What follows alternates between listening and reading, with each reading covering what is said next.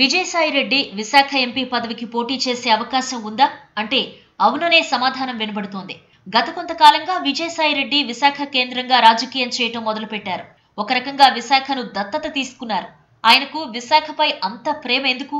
విశాఖ జిల్లా బాధ్యతలను తన భుజానికి ఎత్తుకుని రాజకీయం ఎందుకు చేస్తున్నారో ఈ స్టోరీలో చూద్దాం.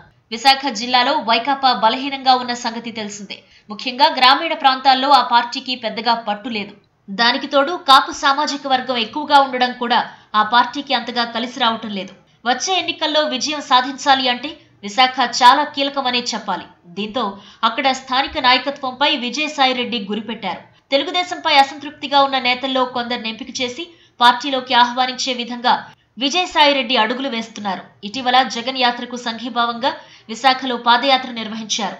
దీని వెనుక ఉద్దేశం ఒకసారి చూస్తే అక్కడ ఆ పార్టీకి ప్రజాదరణ తక్కువగా ఉంది. జగన్ యాత్రకు ఆదరణ కల్పిస్తే పార్టీలోకి వచ్చే వారికి కూడా ఒక రకమైన ధైర్యం వస్తుందని, అలాగే రేపు తాను ఇక్కడి నుంచి పోటీ చేయాలి అనుకుంటే మాత్రం అది తనకు కూడా లాభిస్తుంది అని ఆయన భావిస్తున్నారు.